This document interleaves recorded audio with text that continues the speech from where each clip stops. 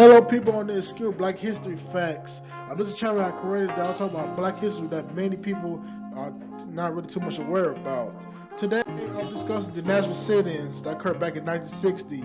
The Nashville Sit Ins were among the earliest nonviolent direct action campaigns that targeted Southern racial segregation in the 1960s. The sit ins was lasted from February 13, 1960 to May 10, 1960, sought to desegregate downtown lunch counters in Nashville, Tennessee. The protest was coordinated by the Nashville Christian Leadership Council and the Nashville Student Movement. The four universities involved in the sit-ins was Fisk University, Tennessee State University, or at that time Tennessee A&I College, Harry Medical College, and American Baptist Theological Seminary.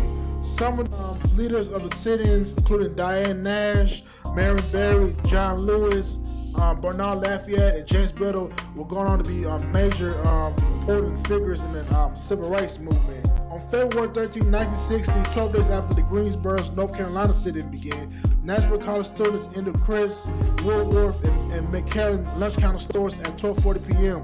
After making their purchases, the students sat down at the lunch counters. Store owners intentionally refused to serve the students and close the counters, claiming that it was their moral right to determine whom they would or would not serve. The students continued to sit in over 3 months, targeting other lunch counters at the Greyhound and Treadwell bus terminals, Grand Variety Store, Walgreens Drug Store, and other major downtown lunch counters, including Combs, Sloan, and Harvey.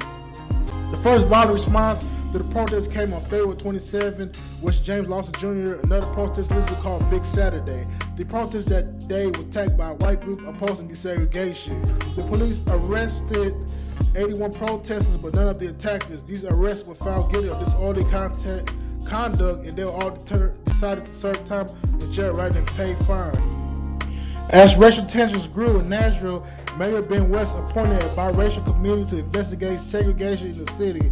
Despite the committee's numerous attempts at a compromise, the students declared that they would accept nothing less than the acknowledgement of their rights to sit at the lunch counters among white customers.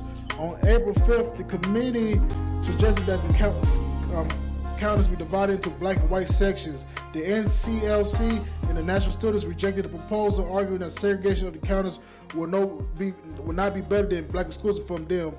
On April 19, a bomb destroyed the home of Z. Alexandra Luby, the defense attorney for many of the protesters. The bombing of the Luby homes triggered a mass march at City Hall where 2,500 protesters demanded an answer from Mayor West. Diane Nash opponent asked Mayor West if it was wrong for a citizen of Nashville to discriminate against his fellow citizens because of his race or skin color. The mayor admitted that it was wrong, giving the students an important symbolic victory in their campaign. Nash then asked the mayor if the lunch counters in Nashville should be desegregated. The mayor said they should. After weeks of secret negotiations between merchants and protest leaders, an agreement was finally reached on the first week of May.